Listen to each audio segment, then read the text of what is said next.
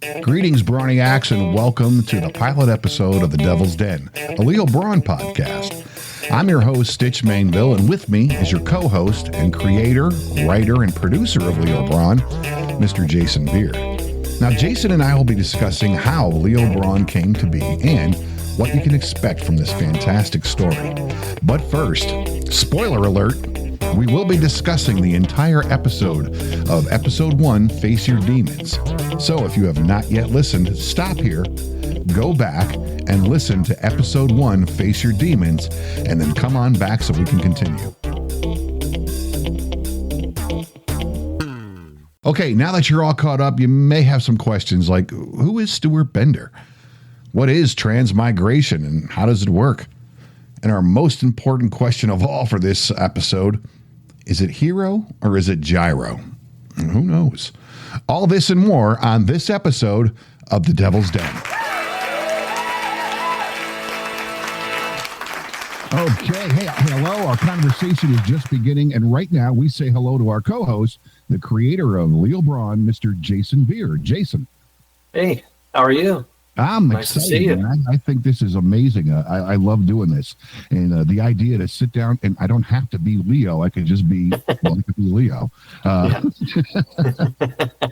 But to go through the episode as a listener is exciting for me. That's what I'm looking forward to. Yeah, absolutely. And it's been a while since I've actually listened to the first episode all those many months ago. So, but it's still all in here. It's still all in the brain. I just listened to it again for the first time in a few months, just the other day when I was getting ready for this. So, and it was something to listen to. And I got to be honest, I'm listening to it going, oh man, I sound like crap. We were all learning. Yeah, absolutely. We were all just starting out. But before I begin, I got to ask you, from where in your life did you come up with the concept for Leo Brawn? I mean, what was it in Jason's brain that made him think of Leo Brawn, a demon hunter? Well, I can tell you when and then sort of how it came to be. It was in 2009, and I was at a sort of a low point in my life. I was unemployed and trying to really figure out what path I wanted to take. And I had a film production background. I went to film school. I was writing screenplays just for myself. I mean, things I was too nervous to share and put out in the light of day. And I was also being inspired by what I was seeing on television, where I was such a film buff. I started to see a cinema and television series that felt like films and stories that were being told that you hadn't really seen before. And it was exciting. So I kind of got inspired by what I was seeing on television, things like Breaking Bad and Mad Men and, then all of the stuff on HBO, The Wire and Sopranos and those types of things. So that was the first inspiration. And of course, I have a huge love of horror. And then when I think about, what scares me the most, it was always The Exorcist. The movie The Exorcist is the one movie that probably scared me more than any other. So I thought, okay, if I was going to write about something, it needed to be something that really scared me. Because that's also kind of exciting too, because sure.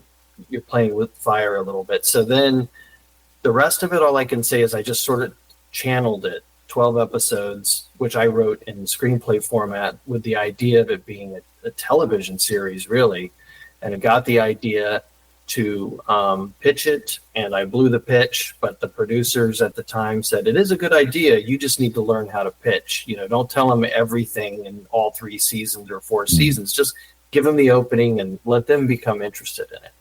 But where the nugget of the actual idea came from, like for me, I don't know exactly, to be honest, where that idea came from. It would start with, okay, so I want it to be about demonic possession. That's scary, but I don't want it to take place all on Earth, because that always is basically just somebody in a bedroom somewhere getting sick, saying bad things to people, but they don't really do anything. Yeah. And so I thought, well, what if half the show takes place in hell, and of course it becomes fantasy in a way, because it's not hell that we've read about. It's a completely different place. The characters are slightly different. And then, of course, I like police procedural, crime, mystery. And that's where Leo Brawn really came from. Was he's this guy who he comes off tough enough because of his background that he could probably handle this. So when he gets a second chance, so to speak, he doesn't necessarily embrace it, but he's tough enough to just go with it for now. All right. Now, having had this idea for so long, you said you wanted to have it as a TV show. Mm-hmm. Do these current episodes live up to what you envisioned? It's podcast form, but is it living up to what you would hope for as far as a TV show? Oh, it's definitely surpassed it. Oh. And because, especially with the amount of time that's passed since I wrote it all those years ago, and now what it has become. I mean, I'm older, a little more mature. My tastes, I hope, are more refined than they were back then. So I feel like what I'm writing now is a little bit more, coming from the heart versus, just trying to be outlandish for the sake of it. So I feel much more attached to the material now than I did then. And and it's when I look at the older scripts, they're sort of just a shell of what the show has really become. There are bits and pieces of it that are still there, but it's largely a whole different story in many ways. But what I love about what we're doing with this show is that we're able to review each of these and get into what you're talking about there. We break it down for our listener. What I find to be quite apropos is that for our pilot episode, we're going to be reviewing the pilot episode of Leo Brawn, Face Your Demons. Absolutely. All right. But before we get started, I want to just start with a clip. I love this. Matter of fact, when we first started talking and you asked me to do a read for Leo Brawn, this was what you had me read. And I just thought, man, this is so cool. When you think about your death, you hope that it's planned, that it's expected, and that it'll go painless, that you'll go out with some dignity. You hold out for the hope that you've said everything you need to say to those you loved, that you've exhausted every opportunity to share how much they all mean to you. Well, when I did die, none of those hopes were realized. It was a shock, sudden, tragic, and violent. I don't even remember it. Well, that's not entirely true. I have snapshots, memories, dark room, a man with an ugly orange tie, but the details of my death have been documented. Believe me, I've read them.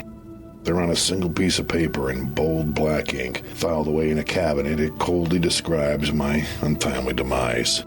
Killed in the line of duty, it says. You see, in my past life, I was a highly decorated homicide detective. I was reaching my 25th year on the force when it happened. Left behind a wife, a son, a promising career, and a bitch of a mortgage. Now my life is framed by the shadow of regrets and second chances. Life. How could I have a life when I'm not even living? Who knew I'd have to go to hell to find redemption? My name's Leo Brawn, and I'm a demon hunter. Now, what I enjoy about that is it has that film noir vibe where Leo Brawn is sort of setting the stage for the listener. The old gumshoe who's recalling a case and bringing the audience up to speed. Is that what you were trying for when you were writing that? Oh, yeah, definitely. And I must say, when I wrote the script for the pilot, and it was, and I had made the decision that it was going to be for a podcast. It was a vastly different opening than it used to be. The original opening was much more of a sort of, I would probably have caught your interest, but it was far less film noir, no narration. It was actually Leo was posing as a Bible salesman, and he goes up to Philip Weston's house, knocks on the door, he's let in. Then it's 20 minutes later, he rushes out covered in blood. Mm-hmm. That was the opening. But then as I've grown older, I did like the idea of hearing from our protagonist first and getting into sort of his head and the tone of it. So that's really where the film noir aspect came from. And I much prefer this opening to the other. Oh, and that's what captured me. And I was like, man, I love this. I love reading for this. That's awesome. Oh yeah. I mean, I must say I'd never heard anybody, I mean, I've made little short films and stuff with friends and family, but when I set about doing Leo, this was the first thing where I felt like, okay, this is something that actually matters to me, that I actually want to be considered, I wanted to be taken seriously. So I'd never heard anyone read anything or perform anything that I'd ever written before. So when you had sent that monologue back to me, I mean, I was just blown away. And I'm sure, as you know by now, everyone in the cast is just like, wow, I don't know how you found Stitch, but he's like the... It was meant to be, man. It was. Yeah, it really was. I was doing podcasts, and there's a friend of mine that was, he's telling me, hey, get into this voiceover Facebook page. Mm-hmm. And because he was doing something for like a little kid's cartoon thing. And that's what I was trying for. I went over there looking for that, and I seen your post, and I was like, "Oh, let me check this out." Yeah, it was and that was my very first post. Like I'd never done anything on Facebook ever in my life. In fact, I say it now, just like, what was I thinking? But I actually was going to try and do all of it myself. I was going to try and do every voice, and of course, I don't even have that. I'm not a professional voice actor at all, so. The thought now, especially knowing where things go in later episodes, I was just like, how would I have ever thought I could have pulled this off? And of course, with my wife, she pushed me. She's like, reach out, let people in, which I have trouble with sometimes. I feel you. Yeah. So, but it was the best decision I ever made. And then after hearing you do the monologue, which we just listened to, I was just like blown away. And I said, okay, well, that's Leo. And it was funny too, because I think when we talked, I was considering, it's like, well, could you do the narration? But you did the voice of Leo, and I'm like, oh my gosh, that's Leo. I mean, that is Leo Brawn. So yeah, no going back. Well, the one thing that stands out to me most about when he talks about his bitch of a mortgage, I think that adds depth to his character, though. He's not just some cop who died and went to hell. He's a husband and a father. Right. And it's also, yeah, exactly. It's trying to, without, being too, it's more subtle, but you're trying to lay it all out, like who this person is. Mm-hmm. And that's why we, as we'll hear in a little while later, that it's not a fish out of water story. You don't follow Leo into where he'll end up. You're sort of catching him when he's already been in it a little bit. Because I thought that's probably the best way to establish the rules of the world. Let's get into that captured me most too, because when I read the first script, you were like right in the bang. You're just thrown into it, like here we go. Thrown into it. And then as we found out when we reviewed the other episodes, we sort of go back and then see how things progressed into that, and I really enjoyed that. Yeah, a challenge too. Everything, because I still approach everything from a very cinematic point of view. Like I'm trying to make it sound as cinematic as I can. Mm-hmm. But there's obviously challenges like doing flashbacks and conveying that without just, hitting people in the face saying, okay, this is 3 months ago or whatever, but trying to figure out a creative way to, oh, wait a minute, this is something from the past. It's a real challenge in the audio format, but that's been very rewarding. I was going to say the same thing, because in a movie they could do like monochrome and they make it look a certain way so you realize, okay, this is a dream or something. Right. But with an audio drama, it has to be difficult to kind of set that up. Right. Yeah, absolutely. It definitely is. And I realize, I will fully acknowledge, because everybody tells me this, that is a fan of the show. It's like, this isn't a podcast where you can just put it on and then go vacuum or, do other things. You really have to pay attention. Yeah, absolutely. Well, let's get into the story itself. When we get to the transmigration portion of the story, Stuart Bender, he ends his own life by shooting himself. And shortly afterwards, Leo Brawn emerges as Stuart Bender. The body of Stuart Bender still rests face down in the blood-stained grass. And then, movement. The man in the rust-colored suit begins to tremble, and then without warning stands to his feet. The suit and shoes are the same, but this is no longer Stuart. Instead of the delicate young man that ended his life, this man appears slightly older, 40 or 45, ruggedly handsome. Instead of a stylish head of blonde hair, this new man wearing Stuart's clothes is adorned with a close-cropped darker shade of salt and pepper. A few days' growth on his chin. His name is Leo Brawn. All right. I don't want to pull on any strings and unravel anything, but I got to ask, this gnaws at me. Does Stuart Bender now have the appearance of Leo Brawn, or is Stuart's body gone and replaced by Leo's body? Right. Yeah, it was tricky for me too when I was writing it, because what I didn't want it to be a quantum leap. If you remember that show from way back when, Yep. I didn't want it to be where really our star looks like somebody else, but we'll see him as him. I really wanted it to be that once the deceased has been reincarnated as Leo Brawn, then it looks like Leo Brawn. Leo is the physical embodiment of that soul while it's being decided, judged. And that's why there's always this time limit to how long they have for the demon hunt. And so basically he would take over the soul of the recently deceased, in this case Stuart Bender, so it would look like Leo Brawn. However, Leo would appear in the clothes that Stuart was wearing when he died. Okay, so other than Stuart's clothes, does anything else from Stuart remain? I mean, like when Leo pops in, he doesn't have the bullet hole in his head where Stuart shot himself, right? Right. No, he wouldn't have that. As a physical shell of Stuart is now gone and been replaced by Leo, who's occupying his soul for however long Stuart has until he's been judged, and then it's determined whether he's going one place or another.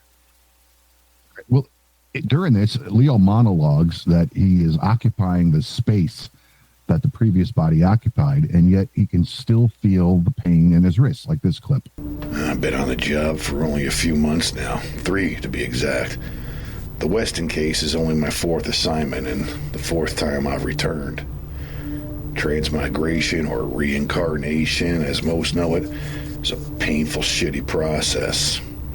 There's phantom pains, leftovers from the body that used to occupy the space that I'm filling now.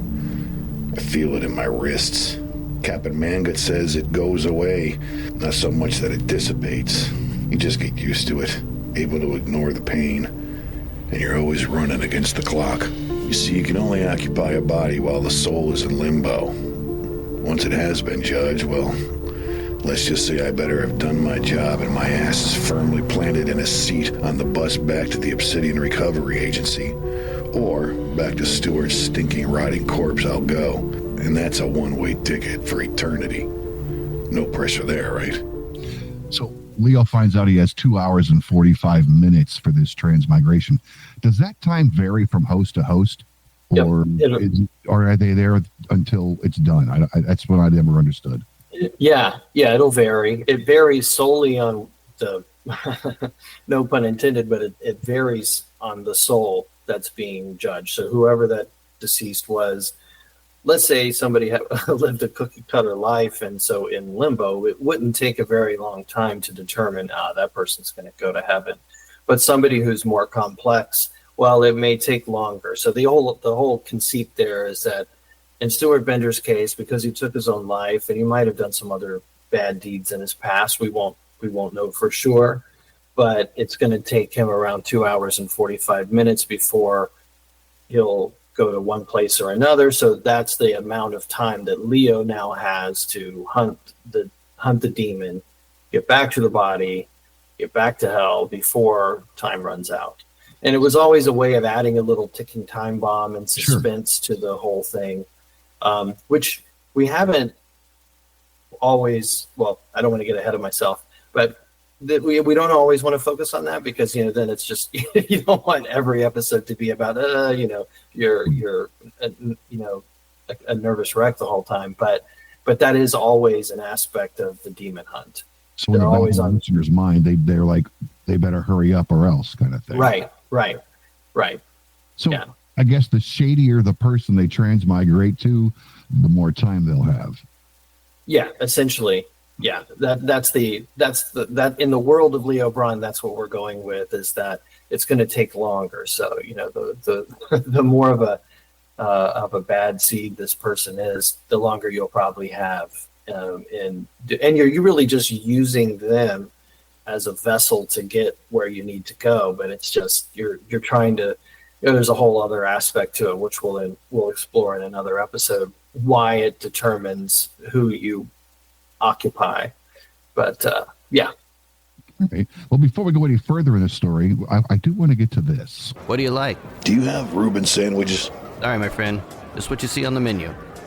That's okay. Just happens to be a favorite of mine. I'll have a gyro. One hero. And fries. It's been a while. One hero and fries. Coming up. Now, being from the Northeast, I was born and raised in New York. I've been living in Pittsburgh for the past 20 years. I've always heard this food item as a gyro.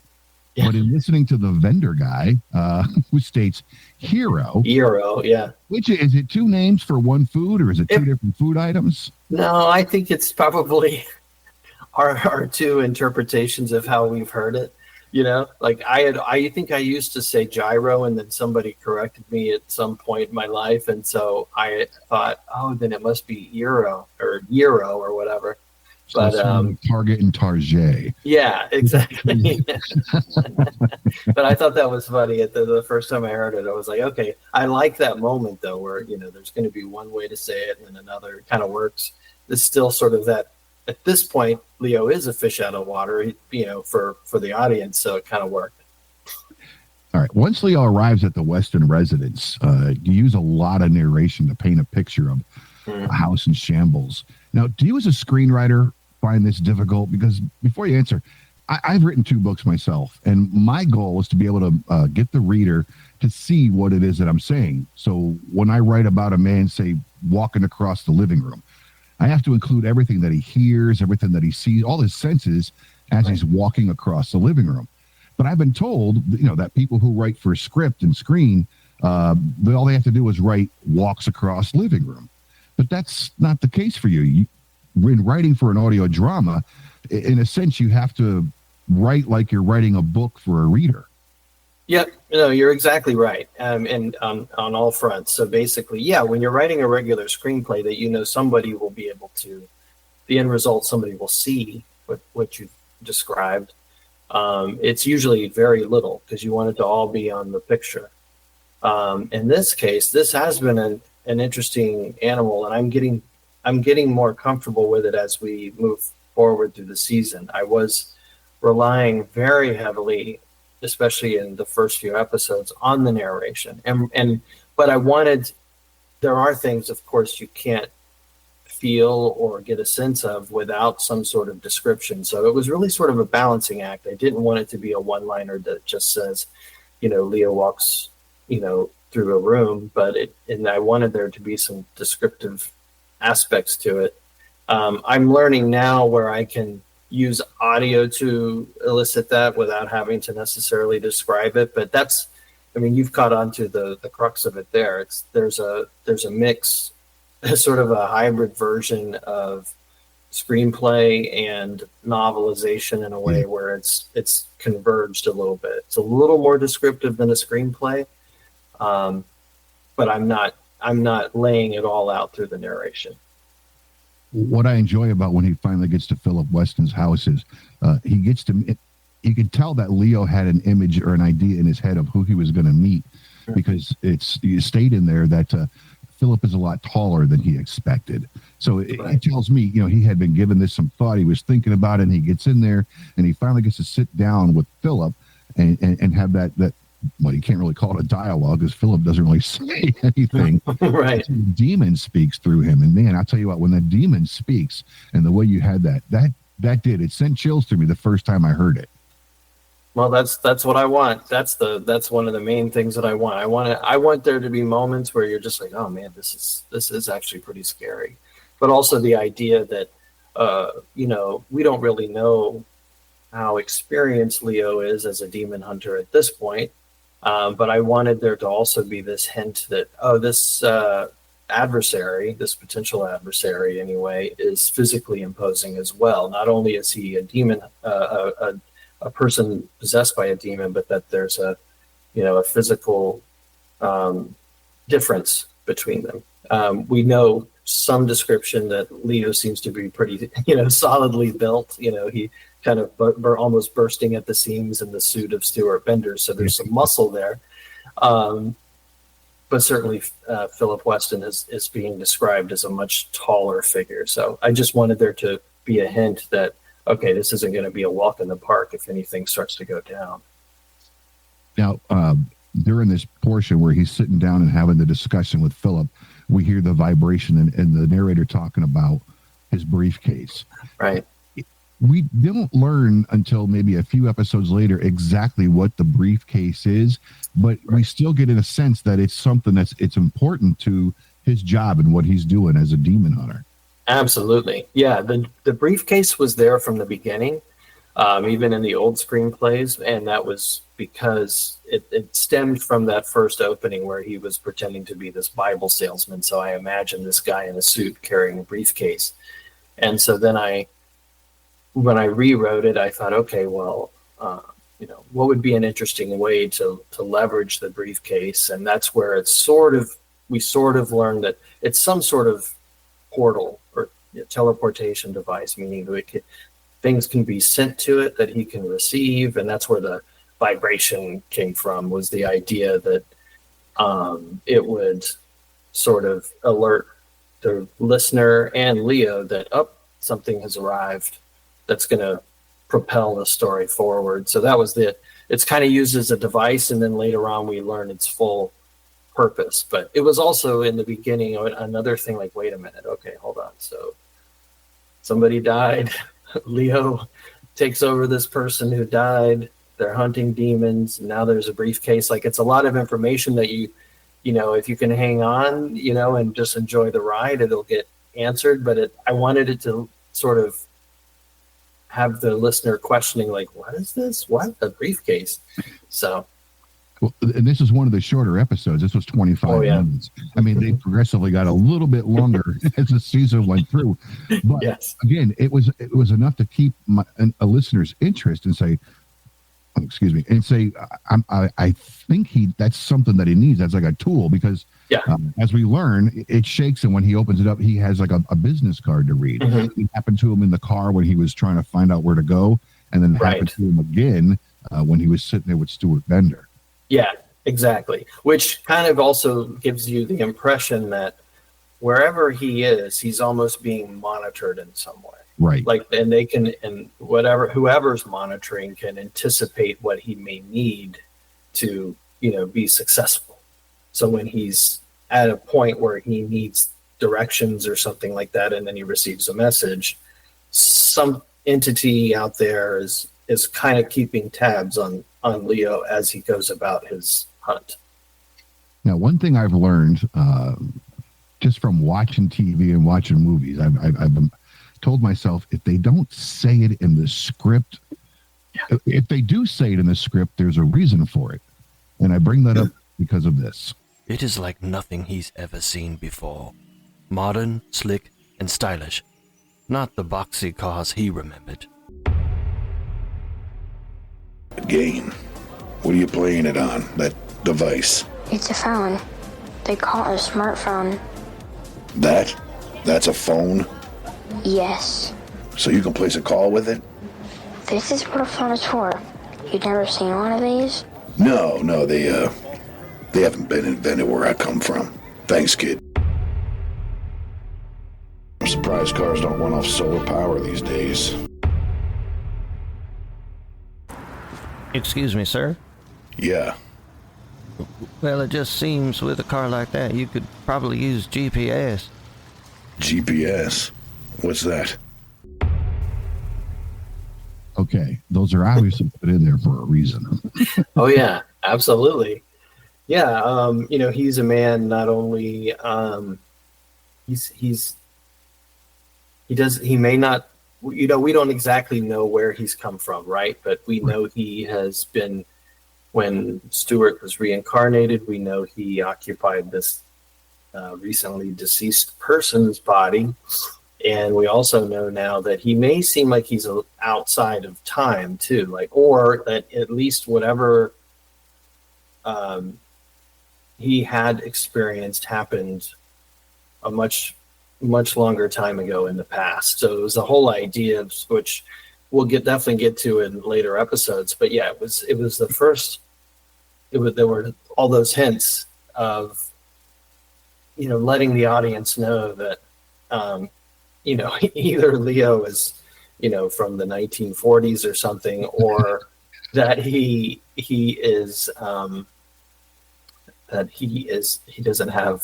has memory problems or something. Well, of course, buddy. Yeah, but my point was just that anyone listening would have to realize that there's a reason for these cues, clues, and to make sure.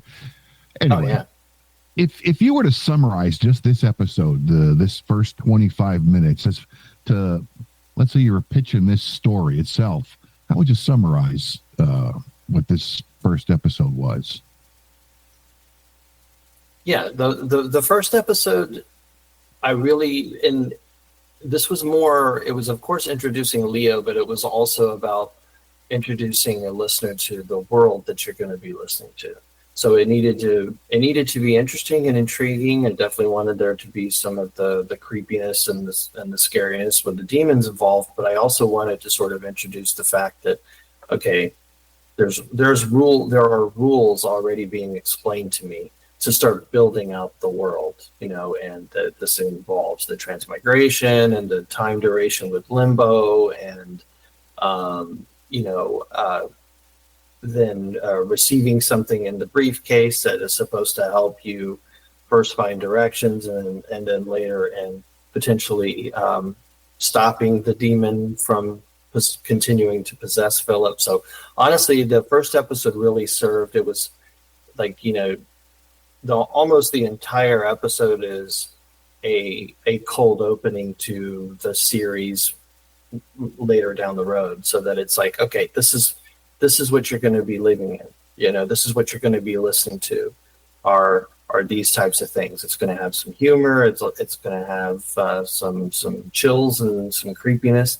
But it was really sort of just to lay the foundation of the whole thing, and that's why I chose to have, you're, like I said, you're not following Leo into this world. You're catching Leo, and he's already in the midst of it. And so now you're starting to catch up a little bit. Which I think works out, because if we had started just back when he was still a cop before he died, and tried to follow that story into the listener would never, like, I don't want to listen to this, but to get right in the middle and get every aspect of like the true spirit of a pilot, which is to kind of give you, this is what we're presenting to you. It works perfect. Yeah, no, I appreciate that. No, and I think that came with, just like I said, just being a little more mature, and especially from the initial scripts written so long ago. So having turned 50, and where I was at in my life, and wanting to tell a slightly different story that wasn't so just wacky, and but was more about redemption, was more about having a second chance and regret, and what some of the themes of the episodes will come later, which I won't spoil, but basically those are some of the common themes. It's like, redemption, and having regret, having lived a life that, that resulted in having some regrets, and those types of things were very important to me. Certainly some of that I've experienced in my life. So I wanted to bring that to the story. And I just have to point out that the little boy you're talking to is my son, Logan. So I think that's awesome too. Freedom like that. That's pretty cool. Yeah, that was fun. That was a lot of fun. Well, seeing you sitting there in the Devil's Den itself, how about you? You got anything back into this? Well, I have some questions for you, if we're at a point where we can do it. So obviously, nobody can picture Leo Brawn sounding like anybody but you, and you put so much into every performance. And we've definitely, as we get through the series, you'll hear, like everybody involved has really been pushed at a certain point to, not just say the words, but really put a lot of their own emotion and, the parts of themselves into the story. But what was how did you get into, broadcasting? Or, I know how we both arrived at the same time into this podcast, but what was your previous experience in broadcasting or using your voice? Man, I have been imitating a DJ that I grew up listening to like forever. A buddy of mine and I in school, we would talk about the morning show with Rick Mitchell on WTRY, and just back and forth repeating what we heard on the radio that morning. And when I got into the Navy, I was standing quarterdeck watch, and you have to pass the word over the one MC for the ship, and people would always come up and go, "Damn, Don Pardo," because I would do it in my Rick Mitchell DJ voice. When I was medically discharged from the service, I was able to go back to school. I could have gone to school to be a nurse, to do IT work, to whatever. The VA was going to pay for my schooling, and I said, I want to go to broadcast school. So they paid me to go to broadcast school, and one of my instructors got me an internship at a radio station, and I fell in love with it, man. I thought it was the greatest thing. But when I moved here to Pittsburgh, in acting terms, that's like moving from Albany, New York to Los Angeles and expecting to get a gig, and it didn't turn out for me like that. So then as podcasting became popular, I thought, I could do what I like doing, not get paid for it, but I don't care. It's fine. So that's what got me into it. When I got with you, we spoke, and you wanted me to do this the read. I had just finished doing a fake commercial for our podcast. The commercial was for my cock's a flopping. It's an adult. It's a man's ED medicine. Yeah, the phony one. And I had heard this. Those voices you hear on the TV, Sunday. Yeah. I was trying to do something like that. So when I was doing it, it was like, you're a 55-year-old badass, that kind of thing. And when I read the script for Leo Brawn, that voice was in my head, and I thought, that's the guy's voice. That's what we're going to do. So yeah, that's how that all came about. That's really cool. Was there anything, once you read it, was there anything that drew you to the part? Beyond just having the interest to do it, but was there something about the character of Leo Brawn that drew you? Did you feel a connection to it? In the like I said, the very first monologue, I got that impression like a film noir, the gumshoe guy. As I was reading the script, I pictured this guy in a trench coat walking down a street, sort of monochrome in the street. Matter of fact, after we got done, I was talking to you about maybe making a cover. That's what I did for my podcast, and I created one for you. And you showed me that you had already created, and they were pretty much identical, except my guy didn't have a briefcase.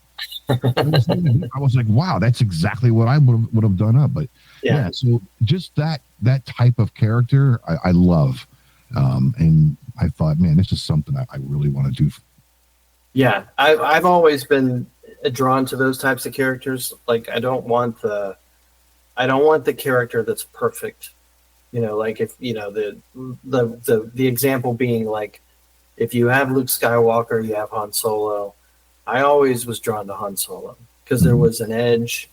There was there was this idea that he could handle himself. And he doesn't mind getting a little dirty if he really has to. He's still doing it for the right reasons.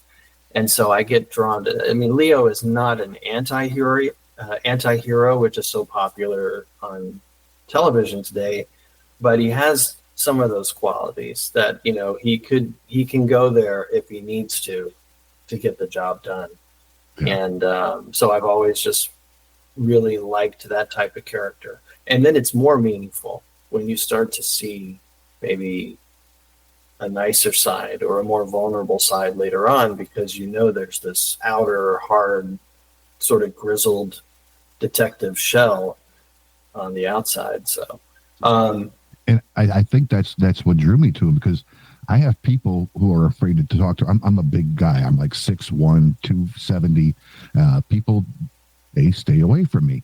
But I've heard people say, man, you just look so mean. But my kids know me as this big teddy bear who will wrestle on the floor with my grandkids and laugh, that kind of thing. So there's that duality that I see with Leo Brawn as well. And that's absolutely drew me to him. Yeah, absolutely. When you prepare, and I know you've shared this with me personally, but what do you do to prepare for becoming Leo Brawn in an episode? Because I know you've mentioned like it's not the easiest on your voice or on your throat after a while. No, I sing. I do a lot of karaoke, and I have to sing to kind of get that graveled.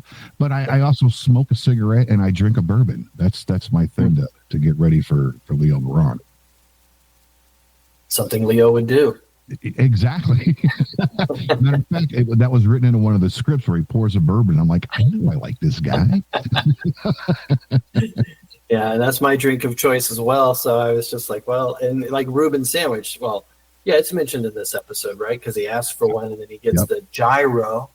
And but the Reuben sandwich is one of my favorites. So, people that hear it that are like friends of mine, they're like, oh, we know where that came from.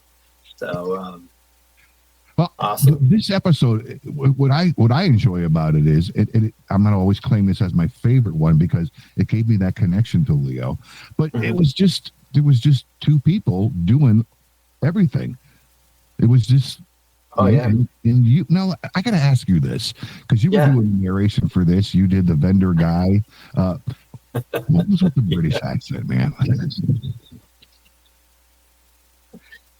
I tried so many different versions of narration, and for whatever reason, that was the only one where I could get through it, where it sounded remotely believable. I mean, I knew it wasn't a great British accent, which is why we'll find out what happens to that narrator later on.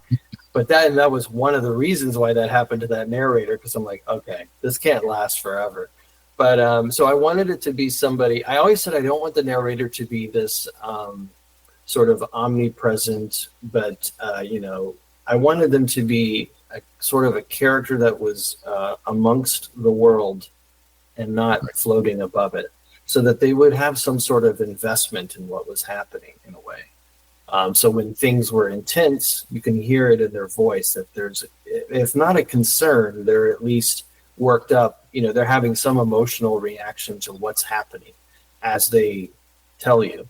I didn't want to be this even-toned, sort of indifferent entity hovering above all of it.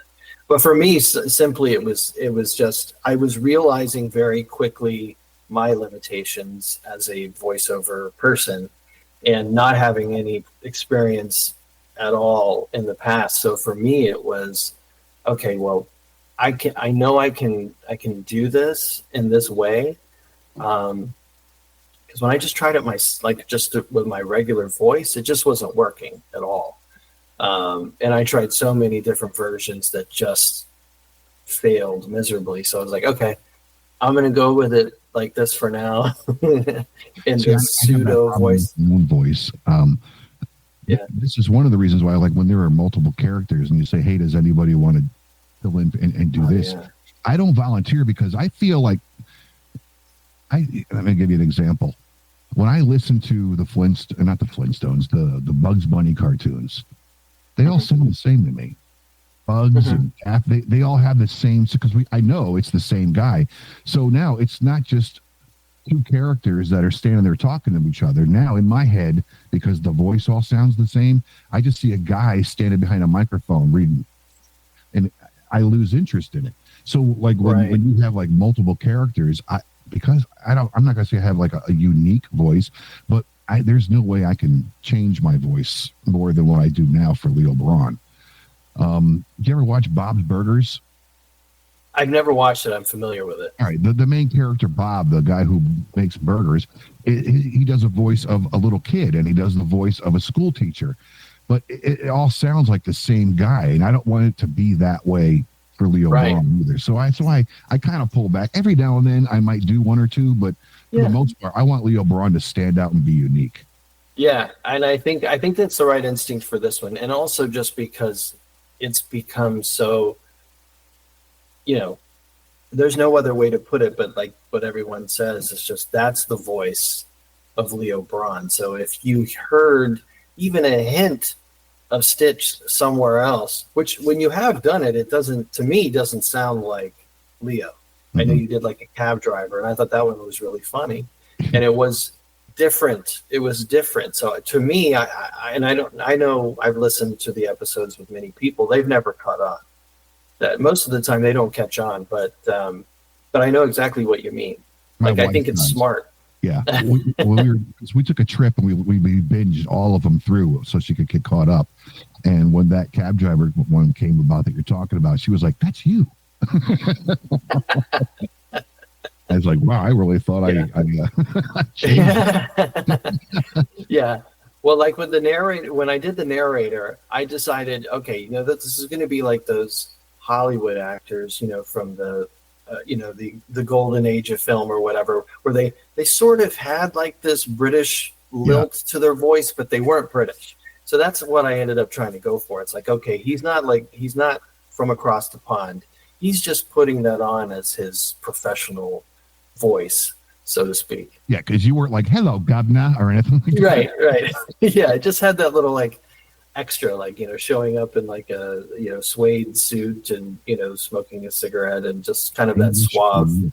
Yeah, the little lilt in your voice. Yeah, the lilt. Yeah. Yeah. Well, hey, Jason, this has been a great time looking over this episode with you.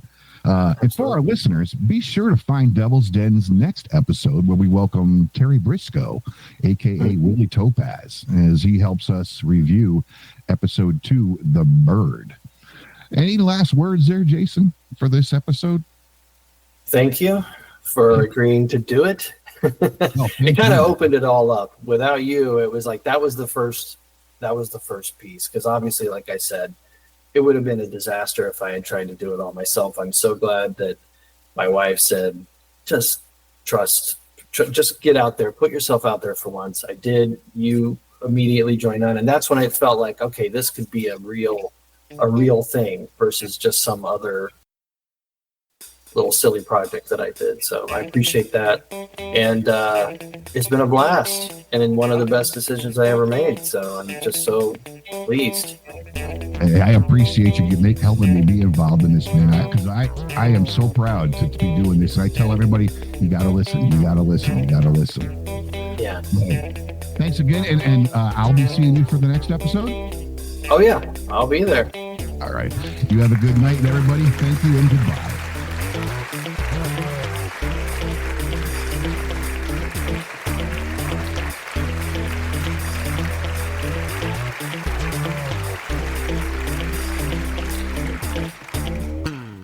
The characters and events depicted in this podcast are fictional. Any similarity to any actual persons, living or dead, or to actual events, firms, places, and institutions, or other entities is coincidental and unintentional. This podcast is protected under the laws of the United States and other countries. Its unauthorized duplication, distribution, or exhibition may result in civil liability and criminal prosecution. Country of first publication, the United States of America. Leo Brawn, copyright 2024, Shoestring TV. Leo Brawn and all related characters are trademark and copyright of Shoestring TV. All rights reserved.